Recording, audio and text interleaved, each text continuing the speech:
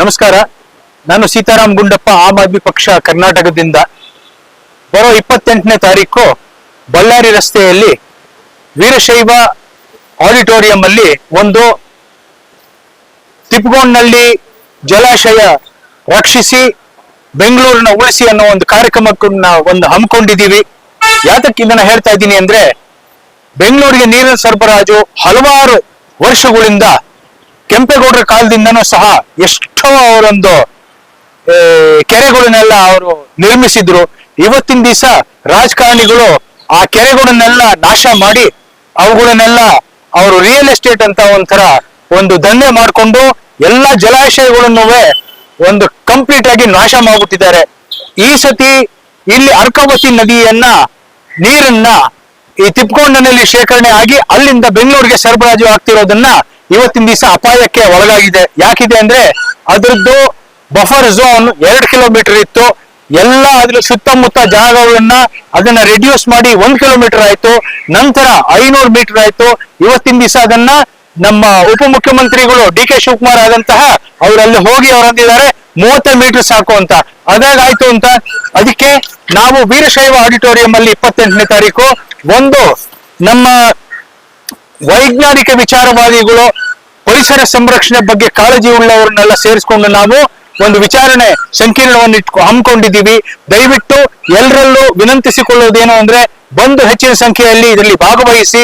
ಯಾಕೆಂದ್ರೆ ಈ ರಾಜಕಾರಣಿಗಳು ನಮ್ಮ ನೈಸರ್ಗಿಕ ಸಂಪನ್ಮೂಲಗಳನ್ನ ಎಲ್ಲ ನಾಶ ಮಾಡ್ತಾ ಇದ್ದಾರೆ. ಇದನ್ನ ನಾವು ಉಳಿಸ್ಬೇಕು. ಈ ಜಲಾಶಯವನ್ನು ಉಳಿಸದೇ ಇದ್ರೆ ನಮ್ಮ ಆಮ್ ಆದ್ಮಿ ಪಕ್ಷದ ಹೋರಾಟ ಇನ್ನೂ ತೀವ್ರವಾಗುತ್ತೆ. ನಾವು ಇದನ್ನ ಈ ಬಫರ್ ಝೋನ್ ನ ಜಾಸ್ತಿ ಮಾಡಕ್ ಬಿಡಲ್ಲ. ನಾವು ಹೋರಾಟದ ಮೂಲಕ ಇದನ್ನ ತಡಿತೀವಿ ಅಂತ ಹೇಳಿ 2 ಮಾತನ್ನ ಮುಗಿಸಿ ಹೇಳ್ತೀನಿ. ಜೈ ಹಿಂದ್, ಜೈ ಕರ್ನಾಟಕ, ತಾಯಿ ಭುವನೇಶ್ವರಿಗೆ ಜಯವಾಗಲಿ. ನಮಸ್ಕಾರ ಬಂಧುಗಳೇ, ನಾನು ನಿಮ್ಮ ಶಶಿಧರ ಆರಾಧ್ಯ. ನಾವು ಈ ಜೂನ್ 28ರಂದು ಒಂದು ವಿಚಾರ ಸಂಕಿರಣವನ್ನು ವೀರಶೈವ ಮಹಾಸಭಾ ಸದಾಶಿವನಗರದಲ್ಲಿ ಹಮ್ಮಿಕೊಂಡಿದ್ದೀವಿ. ಕಾರಣ ಏನಂದ್ರೆ, ನಮ್ಮನ್ನ ಆಳ್ತಿರ್ತ ಸರ್ಕಾರಗಳು ನಮ್ಮ ನದಿ ಮೂಲವನ್ನು, ನಮ್ಮ ಬೆಂಗಳೂರಿನ ನದಿ ಮೂಲವನ್ನು ಎಷ್ಟು ಚೆನ್ನಾಗಿ ಅರೆದು ಕುಡಿತಾ ಇದ್ದಾರೆ ಅನ್ನೋದಕ್ಕೆ ಇದೊಂದು ವಿಚಾರವನ್ನು ಹಮ್ಮಿಕೊಂಡಿದ್ದೀವಿ. ತಿಪ್ಪಗೊಂಡನಹಳ್ಳಿ ಡ್ಯಾಮ್ ಅಂತ ಎಲ್ಲರಿಗೂ ಗೊತ್ತಿರತಕ್ಕಂಥ ಬೆಂಗಳೂರಿಗೆ 30% 40% ನೀರನ್ನು ಸರಬರಾಜು ಮಾಡುತ್ತಂತಹ ಈ ರಿಸರ್ವಾಯರ್ ಅನ್ನ ಇವತ್ತು ಕಲುಷಿತಗೊಳಿಸಿ ಇದರಿಂದ ನೀರನ್ನು ಪಂಪೇ ಸಹ ಮಾಡದೆ ಬಿಟ್ಟಿದ್ದಾರೆ. ಕೇವಲ ನಾವು ಕಾವೇರಿ ನೀರಿಗೆ ಮಾತ್ರ ಹೊಂದ್ಕೊಳ್ಬೇಕು, ಬೆಂಗಳೂರು ನಂಬ್ಕೊಳ್ಬೇಕು ಅನ್ನೋ ರೀತಿಯಲ್ಲಿ ಈ ಸರ್ಕಾರಗಳು ನಮ್ಮನ್ನು ತಂದಿಟ್ಟಿದ್ದಾವೆ. ಇದಕ್ಕೆ ಕಾರಣ ಏನು? ಜನರು ಎಚ್ಚೆತ್ಕೊಳ್ದೇ ಇರೋದೇ ಇದಕ್ಕೆ ಮುಖ್ಯವಾದ ಕಾರಣ. ನಾವು ಜನಜಾಗೃತಿಯನ್ನು ಮೂಡಿಸೋದಕ್ಕೋಸ್ಕರ ಒಂದು ವಿಚಾರ ಸಂಕಿರಣವನ್ನು ಮಾಡ್ಕೊಳ್ತಾ ಇದ್ದೀವಿ.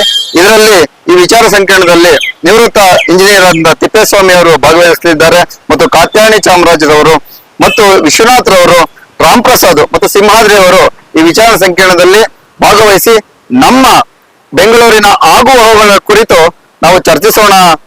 ಆ ಮುಖಾಂತರವಾಗಿ ನಮ್ಮ ಬೆಂಗಳೂರಿಗೆ ನದಿ ಮೂಲ ಮತ್ತು ನೀರಿನ ಮೂಲವನ್ನು ನಾವು ಸಂರಕ್ಷಿಸೋಣ ಅನ್ನುವ ನಿಟ್ಟಿನಲ್ಲಿ ನಾವು ಬೆಂಗಳೂರಿನ ಎಲ್ಲ ವಿದ್ಯಾವಂತ ಮತ್ತು ಜನರನ್ನು ಈ ವಿಚಾರ ಸಂಕಿರಣಕ್ಕೆ ಕರೀತಾ ಇದ್ದೀವಿ. ದಯವಿಟ್ಟು ಈ ವಿಚಾರ ಸಂಕಿರಣಕ್ಕೆ ಭಾಗವಹಿಸಿ ಅಂತ ಈ ಮೂಲಕ ನಾನು ವಿನಯಪೂರ್ವಕವಾಗಿ ಕೋರ್ಕೊಳ್ತಾ ಇದ್ದೀನಿ. ನಮಸ್ಕಾರ, ವಂದನೆಗಳು.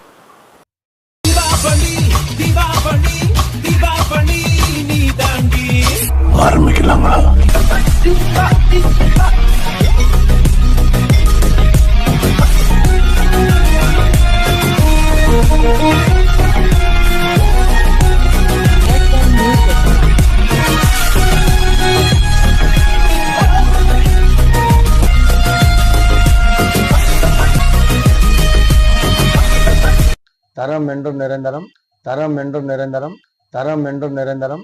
வாங்க.